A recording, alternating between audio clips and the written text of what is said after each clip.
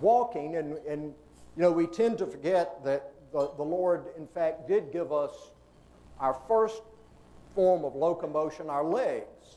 And especially we in the South have tended to forget that we are supposed to use those legs as a mode of transportation. And what we find, these are maps of disease states across the country. And obviously the darker colors are the worst. So if you see obesity at the top and diabetes and then heart disease in the red, and the lack of physical mobility and activity in the bottom, look at where we are in the South. Obesity is not only a health care issue, it's an economic development issue. The governor of Virginia has recognized that as industries that he is recruiting for Virginia, they will tell him, well, Governor, your workman's comp claims are very high, and your employee absenteeism is high. And it is tied back to the fact that Tennessee, like Alabama and Mississippi, are among the most obese populations in the country. So that likewise is an economic development story. Well, now I want to tell you a little bit of my personal story about my hometown of Meridian, Mississippi, where we built the first multimodal transportation center in the South, one of the first in the nation for a city of our size, where we brought Amtrak service, intercity bus service, taxi service, our local transit service, all together in one place. And for me, this was about economic development. Create the synergy of people using those modes of transportation in your downtown, and it creates the opportunity for the private sector to further invest in your community and create a more vibrant heart to your community. Being here in Mobile, most of you should know where my hometown of Meridian, Mississippi is located. But if you don't, I'll give you a refresher course about my hometown. We're located on the Mississippi-Alabama border. We are a city of 40,000 people, but we are the retail, medical, entertainment, employment, educational trade draw for 350,000 people in 11 rural counties that surround us. If Meridian disappears tonight, 350,000 people either have to move and relocate or they have to rebuild that city. We're located on 2 interstate highways, 20 and 59, that connect you from Atlanta to New Orleans and to Dallas. We also have the longest runway in 2 states, and we're still fortunate to have air service from Meridian to Atlanta-Hartsville. Everything other than the city of Jackson that passes through the air in Mississippi ultimately goes through Atlanta-Hartsville. I'm firmly convinced that when breath leaves my body, my spirit first travels to Atlanta-Hartsville, and then it will be reassigned to one of 2 permanent destinations. We're also located on the Amtrak Crescent Line, which I like to believe originates in Meridian and heads north to New York, or originates in Meridian and heads south to New Orleans. But this tells you where we are. It really doesn't tell you why we are or who we are. And I think a city, as it looks into the future, also has to reflect on its past. Why did your founding fathers come together and decide to grow a city there? What are your natural strengths?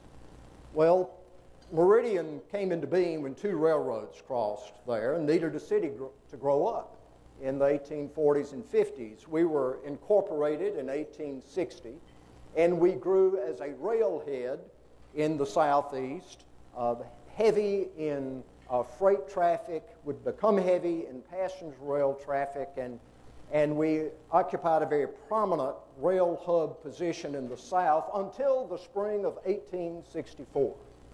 When General William Tecumseh Sherman arrived with 10,000 federal troops. General Sherman brought his own peculiar brand of urban renewal to Meridian, where he burned every structure in Meridian to the ground, heated the rails and tied them around trees to form Sherman's bow ties.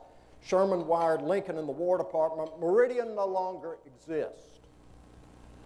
But within 28 days after the general left, the people of Meridian had rebuilt that railroad infrastructure, because you see, they understood that that railroad infrastructure, that transportation infrastructure, was not only their reason for being, it would be their way out of this disaster and their way into a new future. Meridian was rebuilt by German Jewish immigrants that moved to Meridian. Why? Because of the transportation infrastructure. And they could create a thriving wholesale, retail, mercantile industry in Meridian and serve 70% of the growing South at the time. And those German immigrants brought with them a European sense of the importance of architecture and investment in the downtown and in their community. And so we have today the largest collection of turn-of-the-century architecture for a city of our size in the Southeast. So that tells you who we were. But the second question a community has to ask itself is an unflinching, but who are we now? And this is what Meridian was when I left the family-owned drugstore and entered public service there in Meridian. That was what was left of the once Grand Union Station, built by the Southern Railroad in Meridian. It's the baggage wing of the station that had become the passenger wing as well. It doesn't say much about Meridian, does it? It pretty well says not only have we turned our back on our visitors, but we've turned our back on our heritage and strengths, and we certainly have turned a blind eye to the future.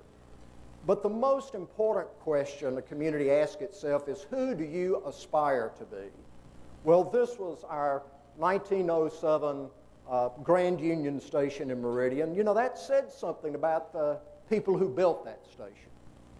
It said something about who they believed they were, but it said something even more about who they believed they would be, and this city would be for the next 50 to 100 years, and I hope our Union Station will say something similar to our grandchildren and great-grandchildren. You have to create a vision as a community, and you have to share that vision. These are just some of the visuals that were prepared for the public, because I needed $1 million of the public money to invest and match ICE-T money, Intermodal Service Transportation Efficiency Act money, to build Union Station. And for me, it was economic development, but Meridian needed a winner. We had lost confidence in ourselves. We had not invested in infrastructure and had let it deteriorate. We would never attempt creative financing. Partnerships, well, the mayor couldn't talk to the council, much less the council talk to the board of supervisors. We had lost the ability to be partners, and we certainly had no creativity of design. You know, in the 50s and 60s, governments tended to believe that to be good stewards of the public purse, they would build disposable buildings. Made no positive comment about the people who built them, and certainly made no positive comment about their ability to look forward for the community. And if you adapt this kind of mentality, it will certainly fail for you. So we had to create partnerships, and you will do the same, both within this community. I'm very proud of all of you that are here, especially from the business community, that shows your commitment to your hometown, but also partners on the outside as well. We knew we needed Mississippi Department of Transportation. Now, they had leftover ICE-T money, didn't know what to do with it. They were, in essence, a highway department. I had a project, and I thought I could relieve them of that responsibility. They didn't want to send that money back, so we could certainly use it for them. And midway through building this facility, Amtrak called and said they were cutting service south of Atlanta. Well, here I am in the midst of building this facility, and I'm losing one of my biggest modes of transportation. And when someone from the federal government in Washington, D.C. calls the mayor of Meridian, Mississippi, and says, "I'm coming after your trains," that means something in historical context to us.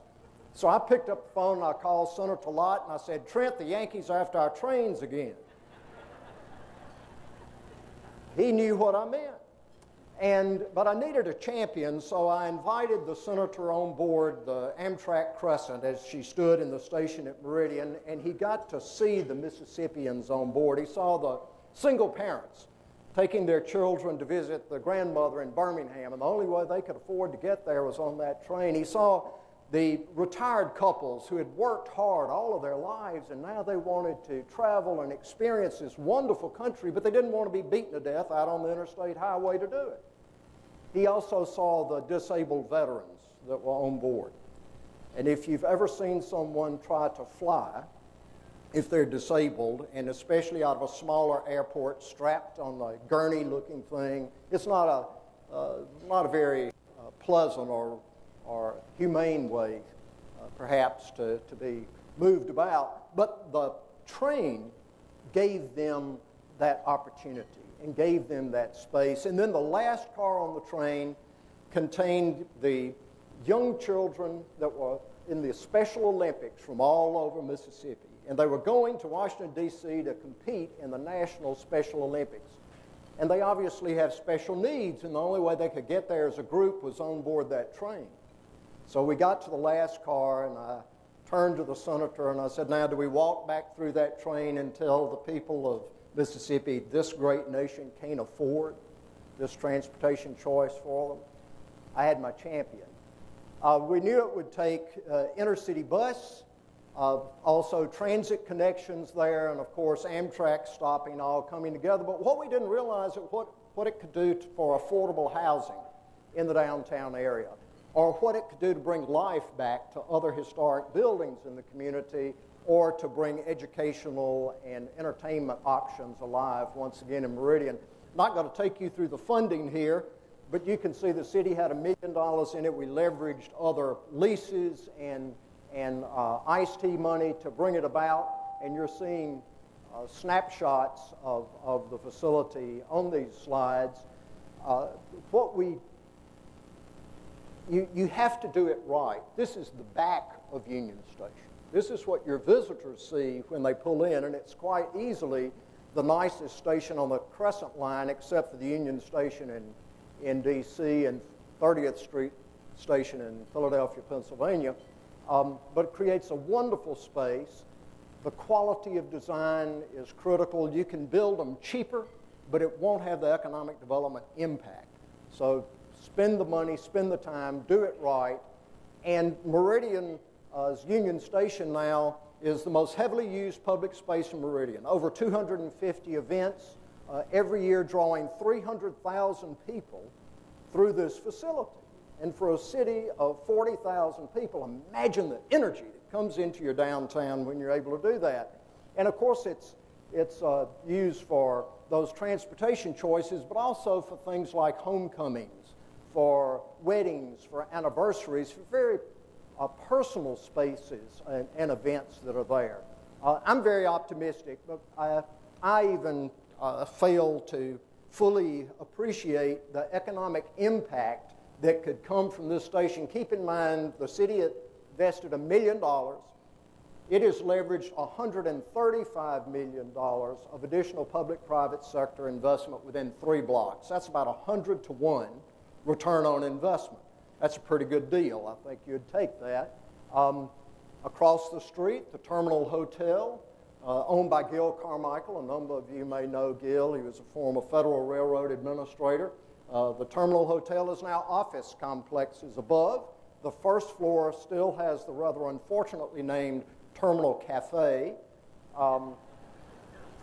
There are mom and pop and boutique shops that are opening up. The retail merchants have realized they can capture their particular niche in the downtown, and then people are living downtown.